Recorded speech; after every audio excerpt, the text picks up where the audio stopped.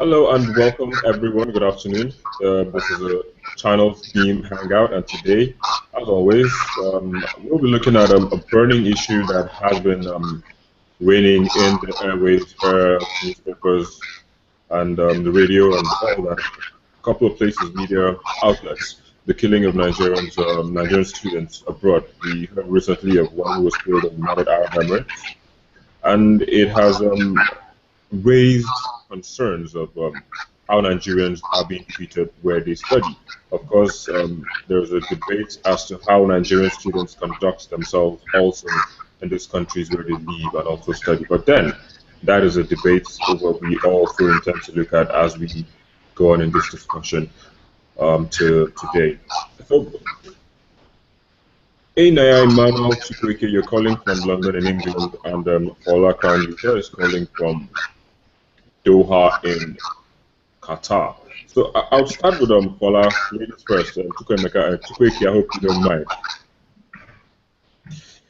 All right, Paula. Of course, I know you've heard some of these issues that have been going on. What's your take on it particularly?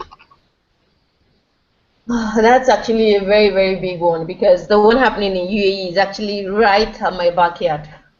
So I would just say that I will blame the student actually, and I will blame the Nigerian government because we all know we don't have a government.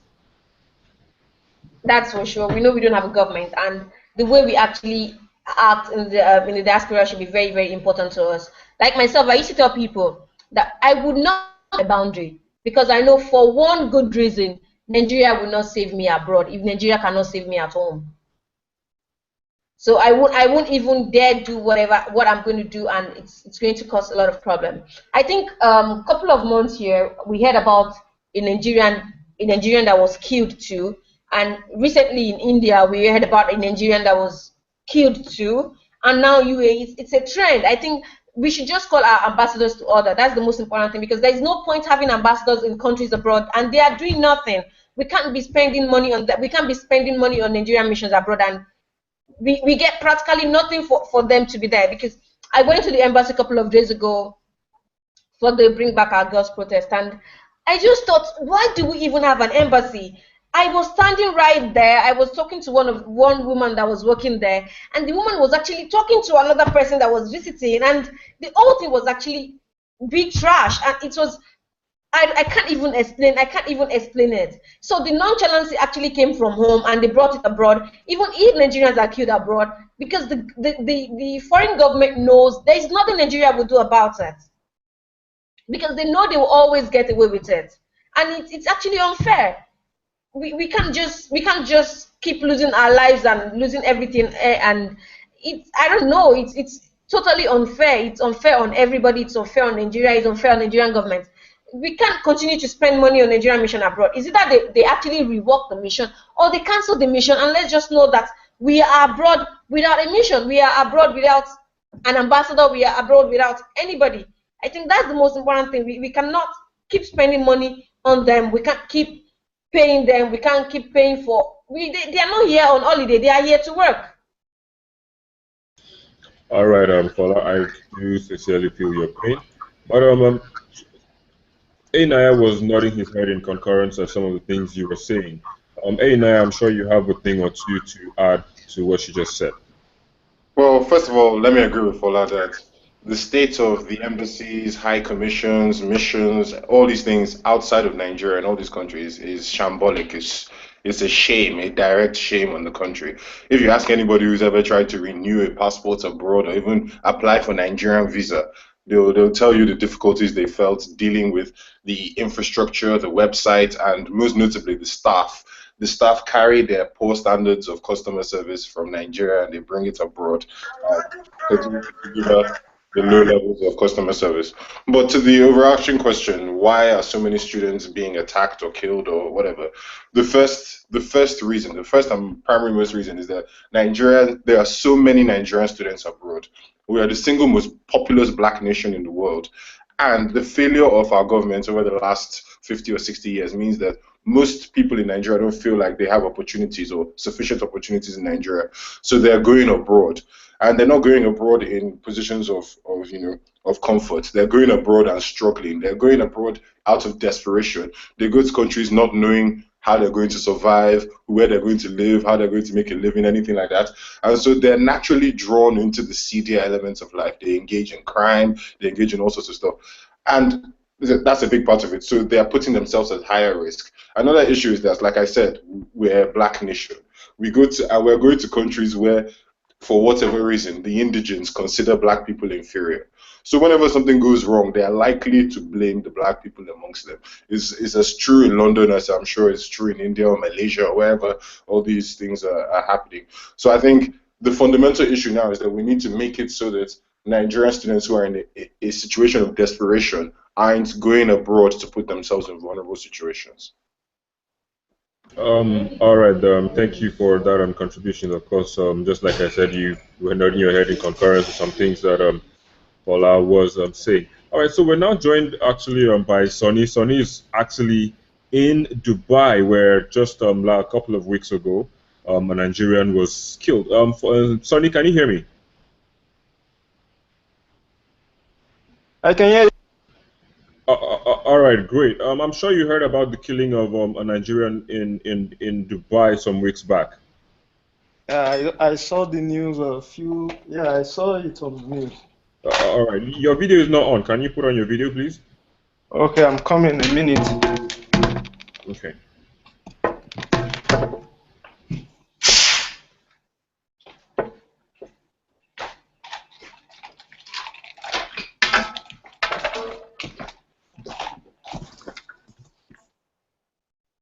So just before Sonny does that, let me just keep you up to speed with what I've been trying to talk about. That's the student that was killed in Dubai. His name is Olorun Toba Falode. His mom is a sports journalist, a very popular one at such. With she's been all over. She's been reporting football, hockey, basketball with the Nigerian Television Authority, and she's just been doing very well for this country. She actually had a press conference last week where she was demanding that the United Arab Emirates government produces the boy who actually pushed allegedly, let me put it that way, allegedly pushed her son from the 17th floor of the building where he lives.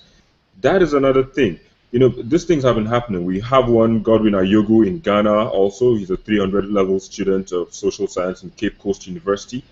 We have all these cases in South Africa. We saw a student who, a Nigerian, I don't know if he was a student, but we have all these cases. But the demand by the government to bring these people to book, has been, in a way, not so impressive. So, Sonny, I think you're ready. Are you ready? Sonny, can you hear me? All right, so as I was saying, the demand has been not so impressive. I don't know what we were doing or what we're not doing wrong, or what we're not doing right. Paula, I don't know how you can come in here.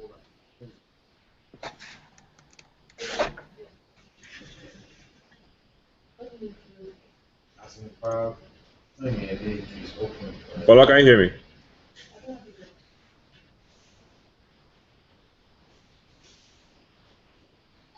We can't hear you, Paula. I'm here. You unmuted my microphone or something. I think Can you hear me? Yeah, I can hear you. Go ahead. Can you come again with your question? Okay, so I was just talking about the demand. The push by the government when these things happen. Do you think they've done enough? We should not even go there. It's the nonchalance is not just at home. So let's just not say when I tell people, I said I'm Nigerian here, but my life is per head. The government doesn't even have a thing about me. I'm not even sure the Nigerian embassy here even know I'm here. I'm not even sure they know I'm here. I'm not even sure if I can go there for anything. Seriously, I don't think even the Nigerian government knows I'm here. Aside the fact that I signed that at the custom and I came here, I've never gone to the embassy. Okay, I went to the embassy once to do some documentation on my approval of my documents, and that was the only business I had with the embassy. Okay, let's just say we don't have an embassy for quite some time here. But let me start like this. Number one, the fact that we are black doesn't help issues. The fact that racism is so in-depth doesn't help issues. The fact that we are Nigerian, and as Nigerians, we are seen as one of the most corrupt black nation. And it is really, really, really depressing that we cannot even change the status quo. We cannot change that. And we have a very, very, very corrupt and nonchalant government on it again. So personally, since you have a government that is not working and is not ready to work, just be calm. Don't pass your boundary. As per the Aisha Falode issue that happened in Dubai, I read through the story. I saw it in Gulf Times last week. I read the story. But it's so unfortunate that it's going to take a while before the story is going to come out. Because one, I think the guy is actually related to the throne. And you guys know that we live in a totally different sphere. We don't live in democracy. We don't live the same way you guys live. You don't see, like, these people don't see life the way you see life. And when it's death sentence, when he kills somebody, let's just be sure that he doesn't get death sentence. He doesn't get anything. The only thing they are going to do for Aisha Falode, even if the guy is brought to book, is they are going to pay her for her son's life. That's what they do here. And because it's actually related to the throne, yeah, I think the other person here actually lives in UAE, right? You can ask him. According to the Sharia law, even when you kill somebody by accident or anything, the only thing you do is you pay for the person's life. You pay for, there's a standard price. I think it differs from region. Here, I think it's 200,000 Qatari riyals here, and that's about, say, 8 million plus. So that's what they are going to do. They are just going to pay her for her son's life. But what I want to do is I want her to bring them to books. But because it's actually related to the government and the case is closed, and because you can imagine this that is happening to Aisha Falode. I know Aisha Falode as young as I was 12 when she reports on AIT Sports News. So you can imagine if that happens to Aisha Falode, what's going to happen to me that my father is just an unknown bread seller somewhere in Nigeria? Or what's going to happen to another person that father is just an unknown person? So we shouldn't work because it's just Aisha Falode. I think we should, if the system is faulty from the ground, we have to rebuild the system itself. Okay. That's the most important thing. All right, Paula, thanks for your contribution. So just before I continue the discussion, we have Dozie Ikezi. Dozie, thanks for joining the Hangout. Where are you calling from? Yeah, hello, calling from Burkina Faso. You can hear me clearly. Okay, Dozie, can you come again? We can't hear you.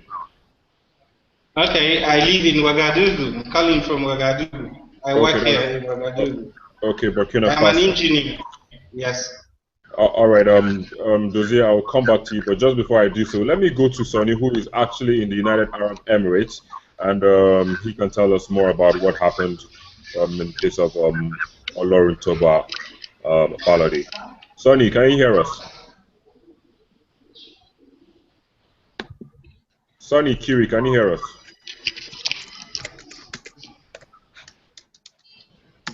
Sonny, can you hear us? Okay, there's some activity on Sonny's page, but I think I can hear you now. Right. Okay, great. So, Fola just made a startling revelation about what. Okay. I'm just trying to keep you up to speed. You're just joining the Hangout. So, Fola just made a startling revelation about what happens when you're found guilty of killing someone in the United Arab Emirates. I mean, Doha, thereabouts, that region. Can you shed more light on that? She said if that happens, the best thing that can happen to the person is to be paid for his life. I mean, his family will be paid for that life that was lost, which is around 200,000 Qatari riyals. That's in Qatar. So what can you tell us about that, Sonny?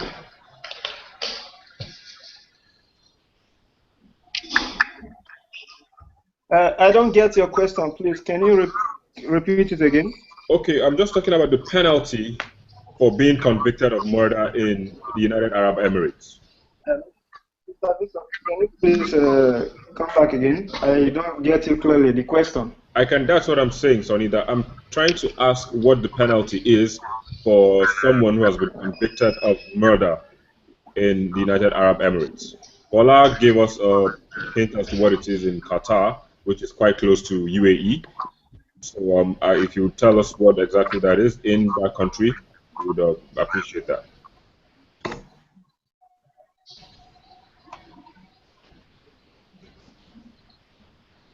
Sonny, can you hear me now? Okay, just before Sonny, Naya, let me come to you. Well, I'm not an expert on Sharia law or anything like that, but I believe that if that's the system of law they have in place, the responsibility of the High Commission in is to ensure that justice is done. For example, who was the other way around and an Emirati citizen was killed in Nigeria, the relevant mission or embassy would first and foremost send a liaison officer to the police force to check and monitor the investigation. They will send a lawyer to Nigeria, or if they don't have already a lawyer in Nigeria, they will send a lawyer whose job it is to provide the best possible counsel to the family of the bereaved. These kind of things.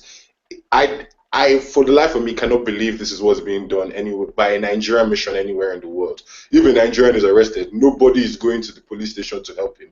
Nobody is providing legal advice or legal care. Nobody is monitoring the investigation to see that justice is done. And I mean, it's a sad situation. I mean, for a mother to lose a child is never a good thing. But on the one hand, at least she knows that there will be some sort of accountability process. At least she'll be able to press for an investigation. If her child had been killed in Nigeria, there would be no story. It would just be over. So I think with the mission in the Emirates, the embassy, the High Commission, whoever needs to step up and provide logistical support to the family of the bereaved. Yeah. Okay, so I mean, so much been said. Biology. Let me just listen to Dozie, who is calling from Ouagadougou in Burkina Faso. Dozie, of course, you've been following the conversation. If you haven't, let me just keep you up to speed quickly. We've been talking about the killings of Nigerian students in the diaspora. Of course, you're already a worker in Ouagadougou, and but you can just tell us a bit of what is happening or what your view is on this issue we're discussing. Dozie.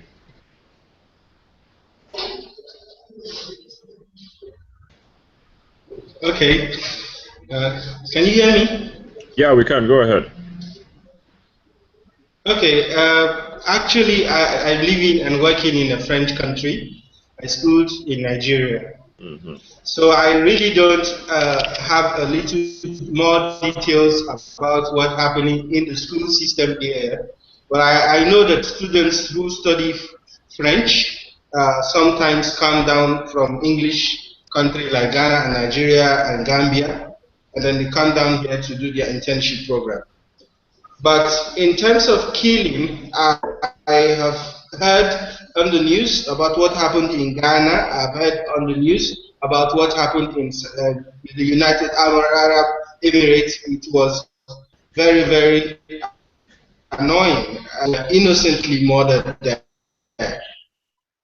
But there is something I see. I see that Nigeria itself are not very much loved. There is a perception about Nigeria outside outside Nigeria. I don't know why.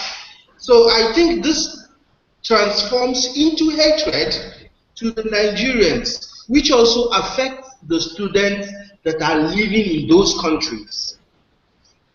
For example, here in Ouagadougou, if you are a Nigerian, of course you can easily be detected by your language. You are speaking English. Normally they just say you are either a Ghanaian or you are a Nigerian. So if you have maybe a small case like here they drive motorbikes on the street, and you jam or another person jam you, any small thing that sparkles a little problem. Normally, honestly, the authorities will protect you if you are not at fault. But before the authorities come at that point, honestly, you might be lynched. If they come there, the people come there and they ask what is the problem, and you don't speak French, probably you speak in the local language, they will automatically support the local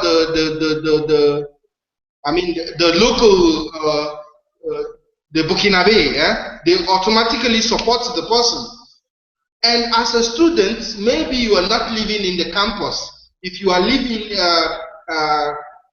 in the city, you can be the one who is caught up in this type of situation.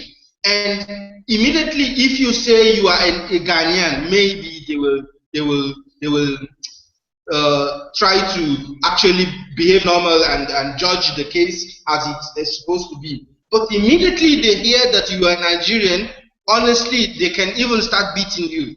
So this could happen to you as a student and not as a normal businessman. That is how. That is what really happens to Nigerians here in Burkina Faso. And I have been to the UK. I've been to the Holland. I've been to Europe. I've seen how careful some other Nigerians try to be. I want to say that there is a need for Nigerians, not only the students. Dozie, can you please bring your camera down? Okay. Yeah. Okay. Okay. It's okay? Yeah, it's okay. Okay. There is a need, whether if you are a student or not a student, there is a need for you to understand that you are not living in your country. There are some things you stay away from. When I was in Holland for the first time, I was there for a training, and I met a Nigerian student who was already doing his PhD. He was already rounding up. This guy, I had money on me. I will want to go to the club to drink, to enjoy myself. But this guy wouldn't want to do such a thing. This guy was extremely careful about everything. Today, this guy is working now in Holland. He got a job there. He lives there, and he came back to Nigeria. He got married. So there is a sense of being extremely careful, knowing that you are a man living in a place that does not belong to you. There is no how the people, especially in African country and the Middle East. In the Middle East, where you have people, African country, it's not about religion, but also about the ideology of the people. If you go in more civilized country, in Western Europe, you might gain protection from the force. But if you live in an underdeveloped country, I tell you, whether you are a student or not a student, you have to be careful the way you live. And if by mistake you are caught up in a case, I believe maybe God will protect you. Thank you. All right, Dozie, from all you've been trying to say, it's not only students that are targeted in some of these countries, especially where you are. Even workers are. Just stay out of trouble. In a nutshell, is what you're trying to say. Sonny, finally, you're back on the hangout. All right. So thanks for coming up. You've been missing all we've been trying to say. But then we've been talking about. Let me keep you up to speed quickly. We've been talking about the recent murder of a student. I mean, but we're looking generally at murders of Nigerian students abroad. The recent one happened in your own backyard. What can you tell us? Yeah, I heard it on the news, but before then, I just noticed few weeks back that the thing actually happened to my own Nigeria person. I'm sorry for that, but however, yes, another thing is Go ahead. So, however, as in Nigeria, if you are in a foreign country, you have to be careful. You have to be careful, and you have to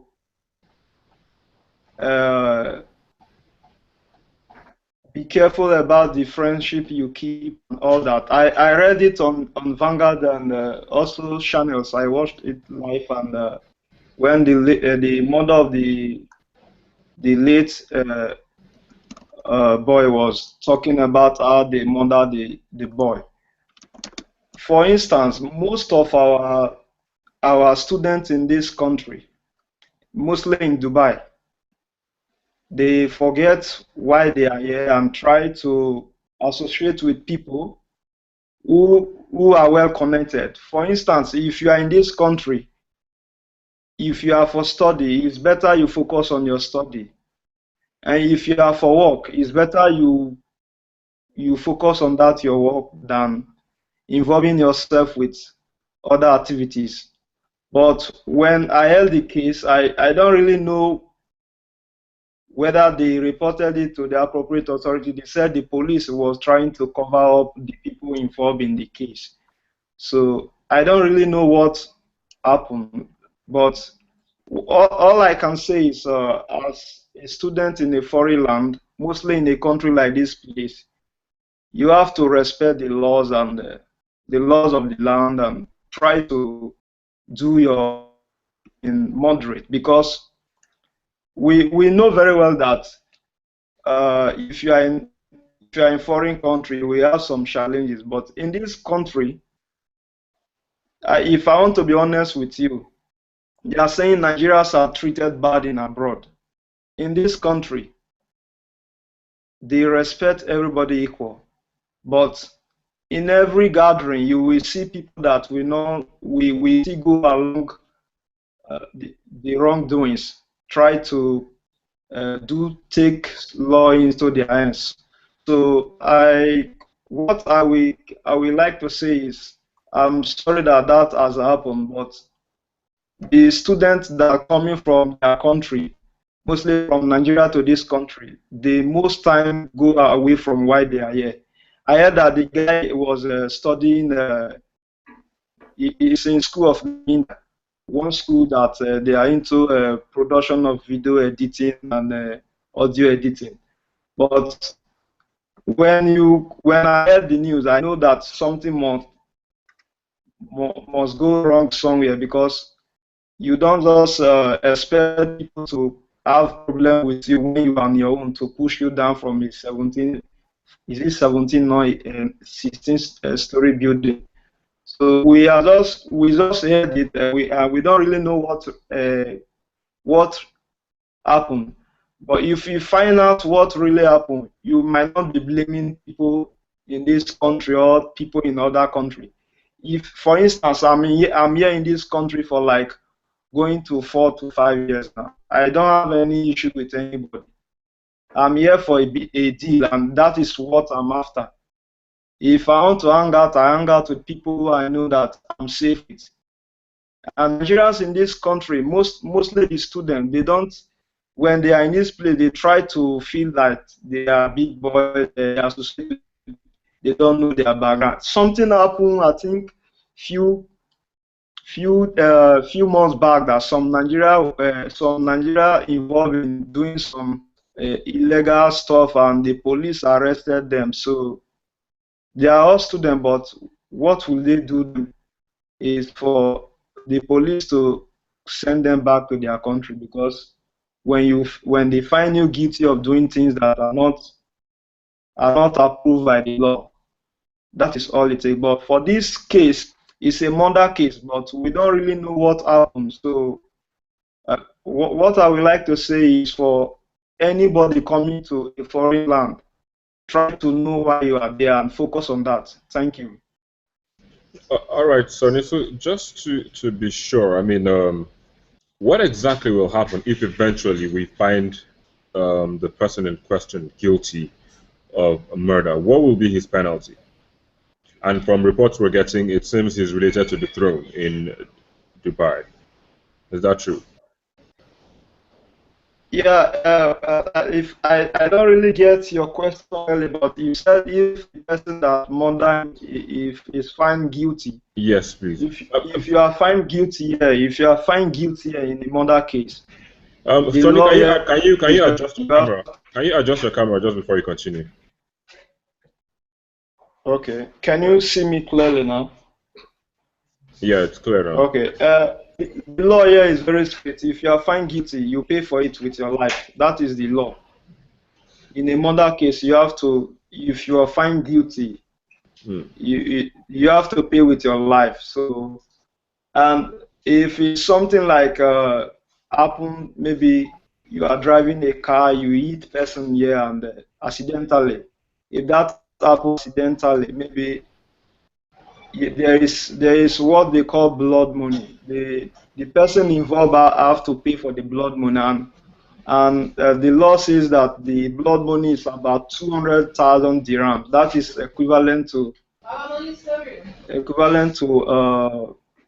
100,000 make 4 point something million, about 8 point something million. So that is what, if found guilty, the person will pay. But if it is murder case that the court find that person guilty, the person have to die by hanging. Yeah, that is just the law.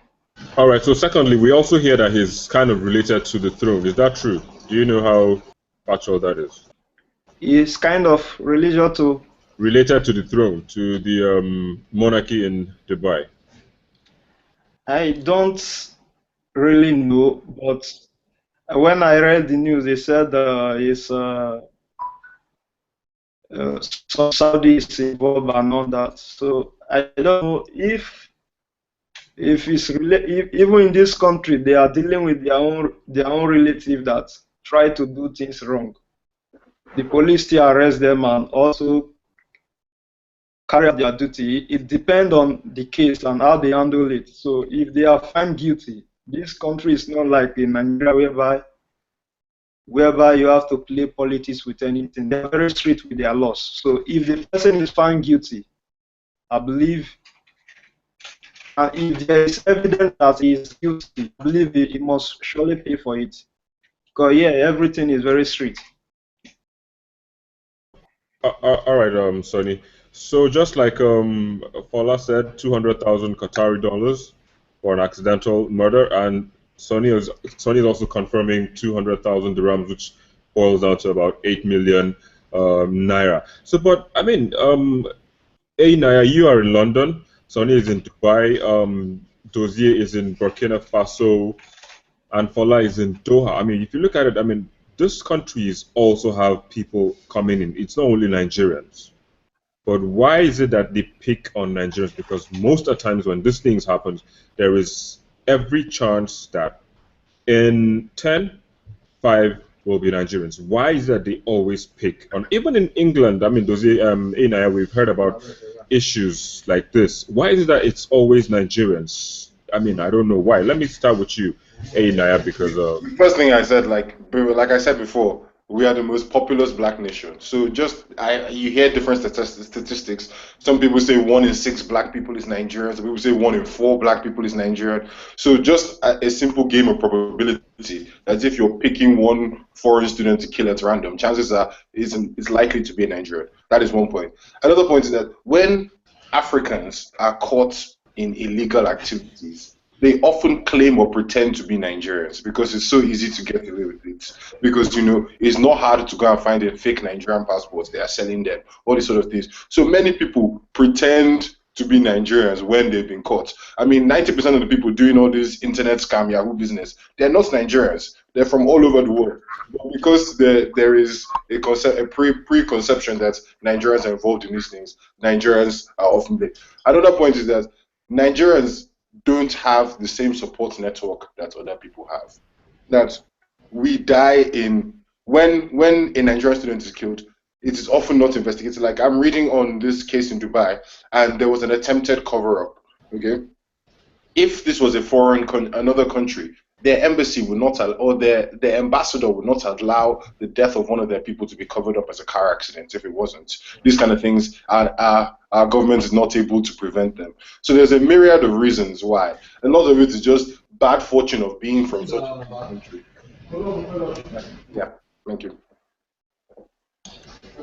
All right, Dozie, of course, you just gave some reasons, but I think they're not enough, and there are more reasons behind these killings. Paula? Yeah, you asked me a question? Oh, yeah. Okay. Okay, let me start with, what's the guy that lives in Dubai's name, please? Sonny Kiwi. Okay, good afternoon, Sonny. My name is Fola. I live in Doha. And when you said, you know, there are some things here, they call it Wanasa. It's called Wanasa in Arabic. Wanasa in Arabic means if you have eye connection. So let's just be sincere. When some things happen to some kind of people, they will not get the same kind of judgment you and I will get. Paula, can you be stable, please? Sorry? Can you be stable, please? Okay. Yeah. When some things happen to some kind of people, they will not get the kind of judgment we get. It's called Wanasa. So that's what I want to point out to Sonny. Even if the guy really, really murdered him, it's going to be counted as an accident. Why is it going to be counted as an accident? Because there was nobody that saw them. There were just 3 people in the hotel, as the report said, and he was pushed over the rails. One, he was coming from a club. They could have claimed that he was drunk, and he came there. They were having an argument, and he killed himself, and he fell over the railings. And houses, flats in Dubai are not like Nigerian flats that you can actually lie on railings and you fall down. It's not possible. You have to be pushed. I've had countless of dealings with these people. I live with Arabs. I know the way they are. I know the way they live. I know the way they are aggressive when it comes to some things. I know the way they act when it comes to some things.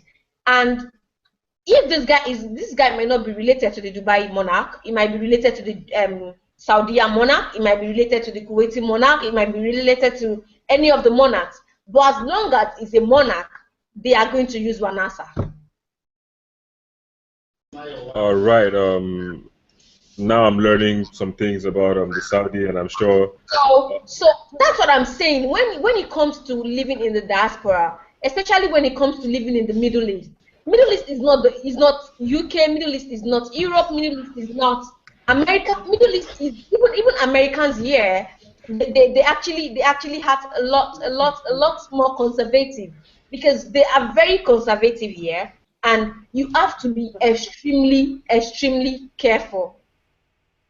Extremely, I mean, not even just careful, I mean extremely careful, because every law here is a little bit barbaric, if I can call it that.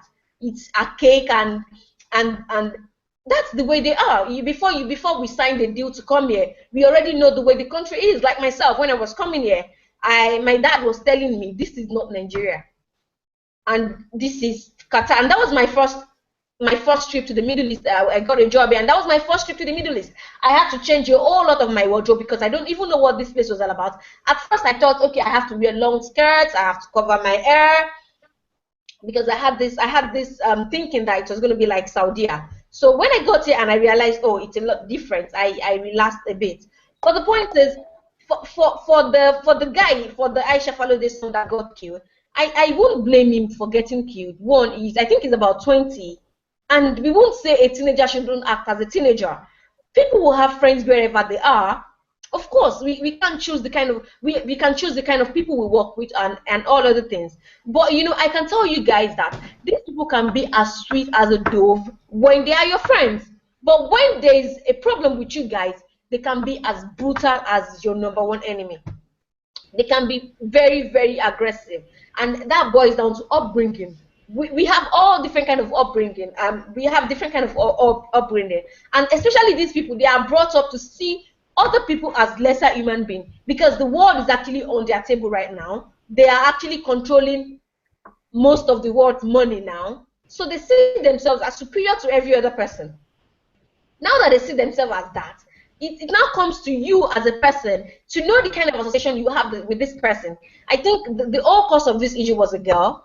Maybe he was dating a girl and they had an argument with the girl and blah, blah, blah, blah. And it's something that can happen to an average Nigerian youth. It can happen to anybody. It can happen to me. It can happen to any other person. But I would just say that if we are in places like that, we have to be extremely careful. And this whole thing actually goes again to what's it called? Nigeria High Commissions here. They are not doing what they're supposed to do.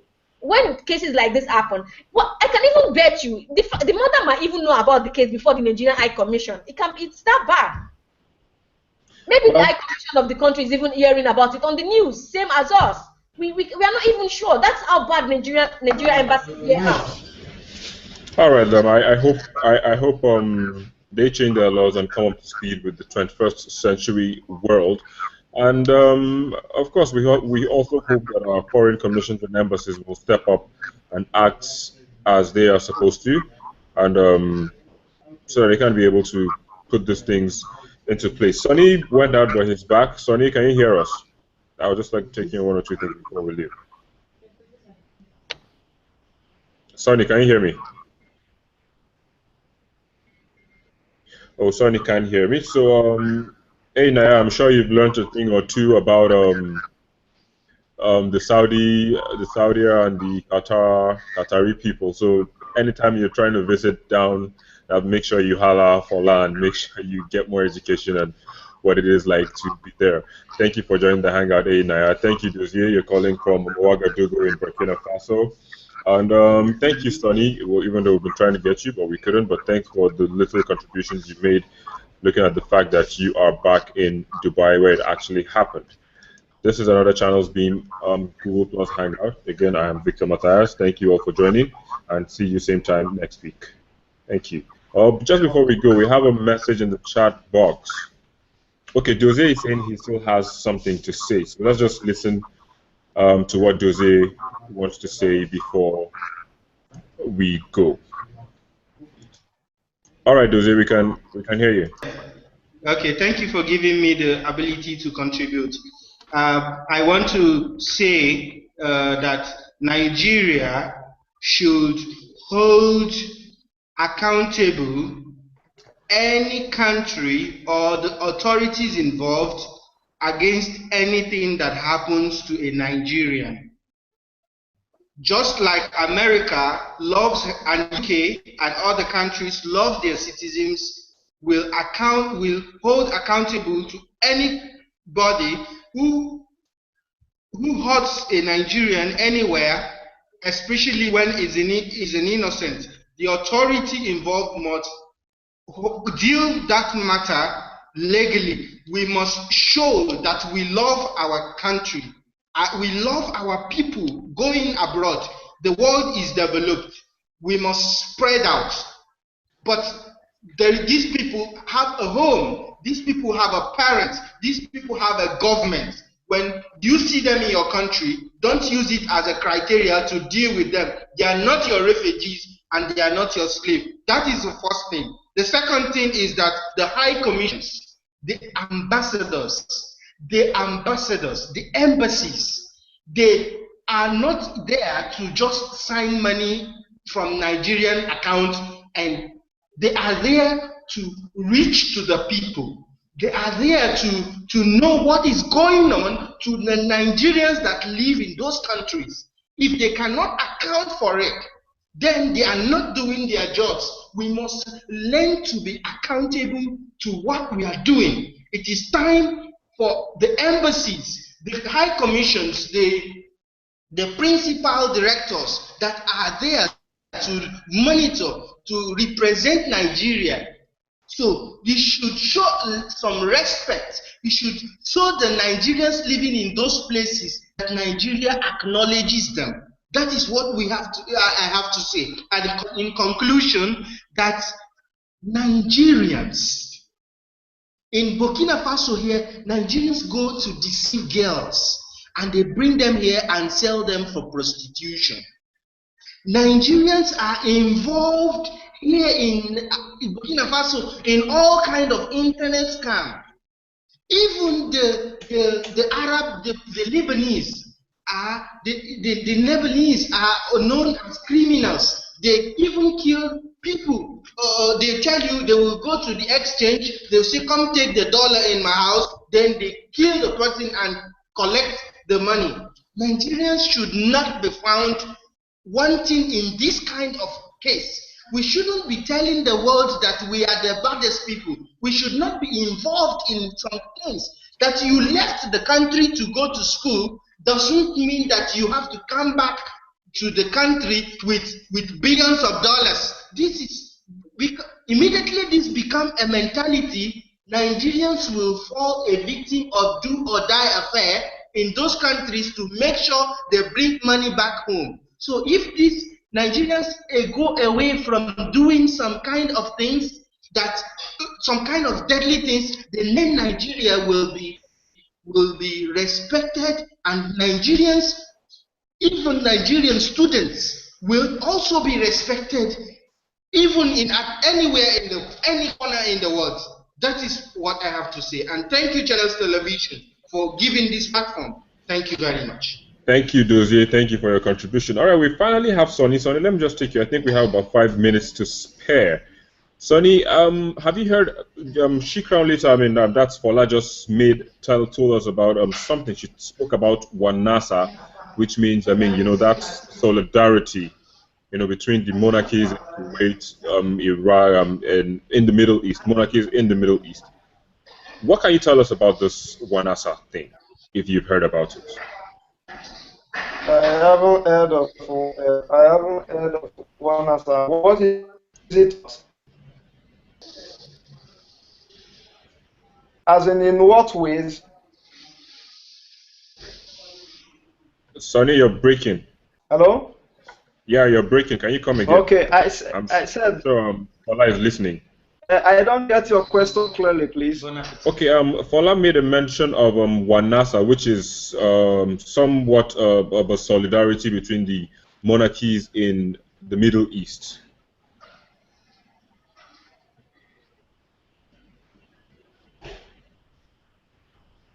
Hello? Hello? Hello? Yeah, okay. Please, can you come back with your question? Okay, I was saying yeah, please, can you come back with your question? Okay, you know, it's best for me to let Fola just make and give us a detailed explanation of what Wanasa is. I hope you're listening. Fola, can you hear me? Fola, are you there? Yes, I'm here. I can hear you. All right, so please, can you just give us again what Wanasa? Can you tell us what Wanasa means? Wanasa basically means to have very strong connection. Like that's what it means. That's what it literally means. To have very strong connections. Like me having a connection to the president. Of course, I won't get the same treatment as you that don't have a connection to the presidency. Wanasa, bribery, they're almost the same thing. Some just don't involve money. Wanasa means when you that's how it is. You're just having a very, very strong connection. That's what Wanasa means. All right. Sonny, did you hear her? Yeah, I heard that. You know, if you talk of bribery and connection, is everywhere in the world. In this country, if you find guilty of doing something wrong, the case here is very high. The case here is very high. So it doesn't mean that you are from royal family. Does not mean that you will treat foreigners bad. Dubai, the population of this country is made up of foreigners. Their population is not even up to 1 million. So they have good relationship with the foreigners, the locals. The locals in this country, they are not that evil as people may claim as Arab. They are very friendly people. So though there might be connection, if you have connection with the president, your case might not be treated the same with us everywhere in the world. But if it comes to crime and all that, I don't think you knows that, because this is by foreign model of the world to do business and work. So they don't. I think if that business basis, not when it involves this kind of killings. Okay. So that is what I know about here, because here the laws are very strict. All right, Sonny. Thank you for your contribution. All right, so I think we'll just have to wrap it up. For me, Dozier and Naya, it was a lessons of what it is like to be in the Middle East, and for all of us, of course, it was a lesson and a very fruitful contribution and discussion as to why and course, why Nigerians are being targeted in foreign countries. Today, I have to call it quits, even though I did so earlier, but it's going to be a very, very busy evening of talking about football terms. There's a FA Cup final. Arsenal, Hull, and Dozier is a fan. Dozier, we hope your team wins. but that's all we can do for you. We just Fola, are you an Arsenal fan? I can see you giving up the salute.